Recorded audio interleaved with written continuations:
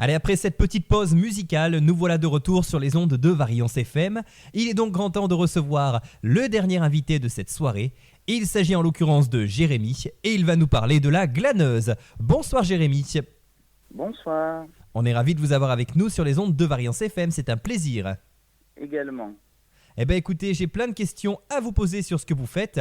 Vous êtes donc spécialisé dans les produits au foin et à la cistre. Alors forcément, ça suscite pas mal d'interrogations. On va développer tout ça. Mais dans un premier temps, on va surtout parler un petit peu de la genèse finalement de ce projet. Du coup, comment la glaneuse est-elle née? Et depuis quand le foin, ça vous botte? C'est le cas de le dire. Bon, voilà, du coup, la glaneuse est née il y a 6 ans de ça, par une dame, du coup, qui est dans les plantes et qui, du coup, a trouvé la cistre dans les champs et qui, du coup, s'est dit qu'il y avait peut-être un potentiel gustatif pour faire plaisir à d'autres gens. Et du coup, elle a développé ça en parallèle des plantes. Et du coup, voilà, ça fait bientôt 6 mois que je suis en train de reprendre la société. Et voilà, c'est quelque chose qui du coup, a démarré on va dire, une passion pour les plantes, pour tout ce qui était odeur, tout ce qui est développement de la terre et de ce qu'on peut nous proposer de base. D'accord. Alors, est-ce qu'on peut rappeler éventuellement à nos amis auditeurs ce qu'est la cistre? Parce que le foin, ça parle à tout le monde, mais la cistre, pas vraiment. Alors, la cistre, c'est appelé souvent le fenouil des montagnes, fenouil des Alpes. Donc, ça reste une petite plante qui pousse aux alentours de 1000 mètres d'altitude sur les hauteurs un peu de partout et qui, du coup, a une bonne odeur de fenouil, une bonne odeur d'herbes fraîches coupées. Et du coup, voilà, les bêtes dans les champs n'en veulent pas, mais une fois coupées et dans du foin, en raffolent.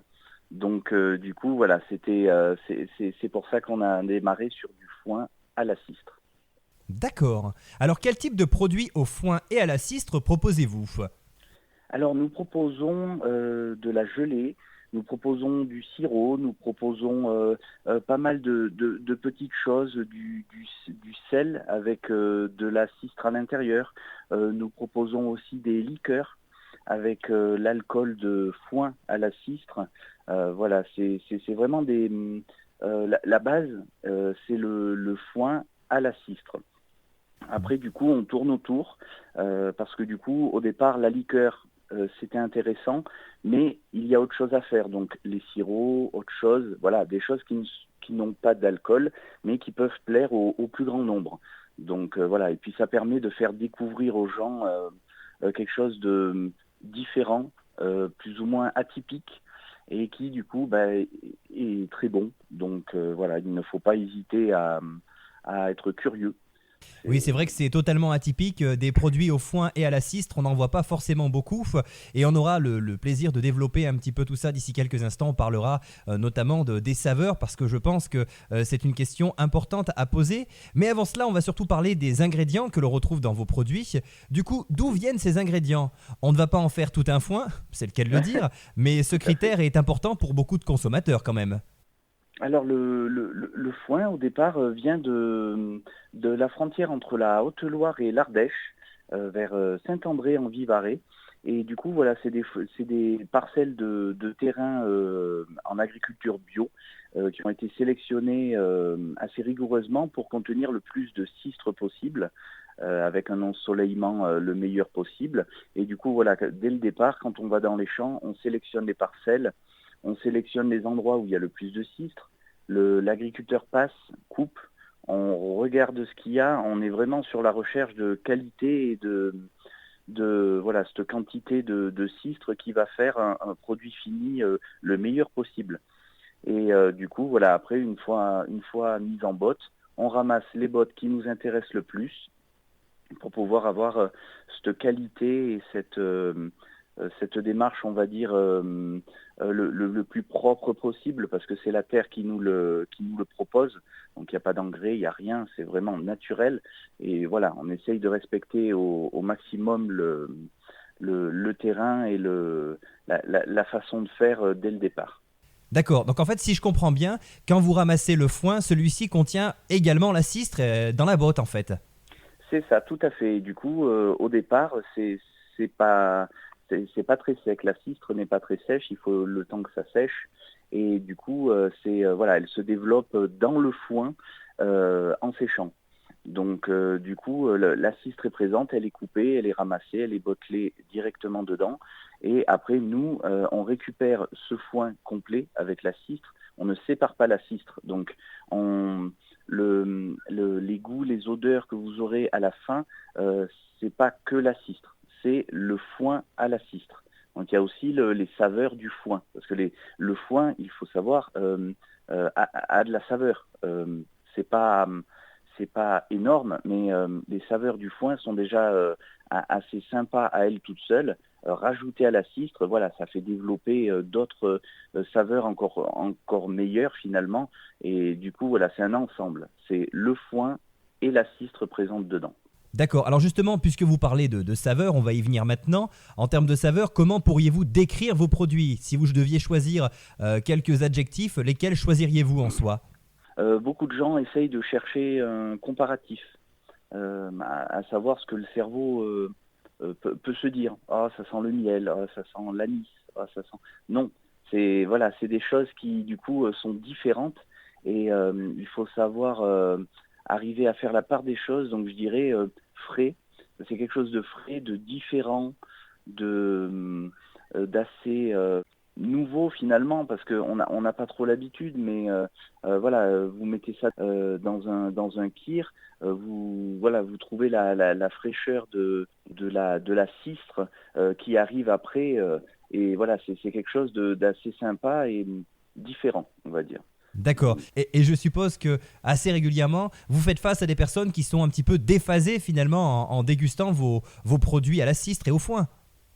C'est ça, parce que du coup, au départ, on leur fait sentir la cistre et après on leur fait goûter nos produits et du coup ils essayent toujours de comparer. Et c'est compliqué en même temps, c'est plaisant parce que du coup le cerveau cherche, mais il n'y a pas à comparer. Voilà, c'est quelque chose de différent. Faut leur expliquer, faut leur faire goûter. Comme on leur dit, vous connaissez le foin de départ. Là, on peut vous en faire boire, on peut vous en faire manger. C'est voilà. Et du coup, c'est assez compliqué parce que voilà, faut que les gens soient réceptifs et arrivent à ouvrir, à s'ouvrir à autre chose, à quelque chose de différent. D'accord. Et alors du coup, de quelle quantité de foin et de cistre avez-vous besoin pour vos préparations? Alors du coup, ça dépendra de la concentration qu'on a besoin, mais c'est souvent de l'ordre de 1 kilo de foin bien serré dans une botte ou dans un sac pour faire une dizaine de litres de sirop par exemple. Donc c'est pas beaucoup. C'est juste le procédé de fabrication qui va faire que toutes les saveurs vont être extraites pour pouvoir avoir le maximum de saveurs au final, sans finalement gaspiller ce foin à la cistre. D'accord, alors justement, puisque vous parlez de procédé, comment se passe l'élaboration de vos produits? Comment le foin et la cistre finalement vont-ils être transformés? Alors, nous travaillons principalement par infusion. Donc, c'est de l'infusion soit dans de l'alcool, soit dans de l'eau sucrée, chaude, voilà, pour y extraire le maximum de saveur, pour avoir toutes les molécules qui se déplacent et qui aillent dans le produit fini, pour pouvoir, avoir un maximum de rendu et un maximum de plaisir au goût, sans ajout d'arômes ou de colorants ou autre chose qui serait contre notre éthique. D'accord. Et alors, où trouvez-vous vos idées de recettes? Est-ce que ce sont des idées glanées, c'est le cas de le dire, à droite et à gauche, ou est-ce que ces préparations ont totalement été imaginées? Alors, au départ, c'est des recettes qui ont été glanées, on va dire, un peu à droite à gauche, dans des vieux bouquins, voilà, des vieilles recettes qui du coup pouvaient ressembler plus ou moins à ça. Et ça a été des essais. Après, depuis quelques temps, c'est plus des inspirations, on va dire, de pharmacie. Ça reste un peu plus voilà, des réflexions chimiques, de molécules, de déplacements, voilà, de choses qui vont transformer un produit pour le rendre encore meilleur. Donc voilà, et depuis 6-8 mois que je suis en train de reprendre la société avec ma femme qui a déjà sa confiserie. Du coup, on est en train d'élaborer des produits encore plus atypiques et vraiment qui partent encore plus loin dans la réflexion. D'accord, bon, on aura le plaisir d'en reparler d'ici quelques instants lorsqu'on parlera de vos projets futurs. Alors, de quelle manière peut-on consommer vos produits? Est-ce qu'il est mieux de les consommer tels quels ou de les ajouter peut-être à des préparations? Alors, il est conseillé souvent de les ajouter avec des préparations pour sublimer l'ensemble. Parce que nos produits sont déjà très bons, sans se vanter. Mais voilà, si vous prenez de la gelée de foin à la cistre, vous mettez ça sur un fromage de chèvre, un fromage déjà à caractère, voilà, ça va sublimer l'ensemble. Un sirop, vous pouvez le boire en sirop, mais vous pouvez aussi le mettre en jus sur une viande ou dans un kir ou même dans une bière. Voilà, il y a de multiples façons de faire et nous conseillons toujours de rajouter un ingrédient en plus pour pouvoir sublimer l'ingrédient que la personne va mettre et notre produit en même temps. Voilà. D'accord, c'est pour donner une toute autre dimension finalement à vos produits. Tout à fait. D'accord. Et alors, à quel type de public s'adressent vos produits? Est-ce que ce sont uniquement des particuliers ou est-ce que vous travaillez également avec des professionnels? Alors nous travaillons un peu avec des professionnels, beaucoup de particuliers qui sont en recherche d'autres choses, de choses qui changent, voilà, de goûts différents.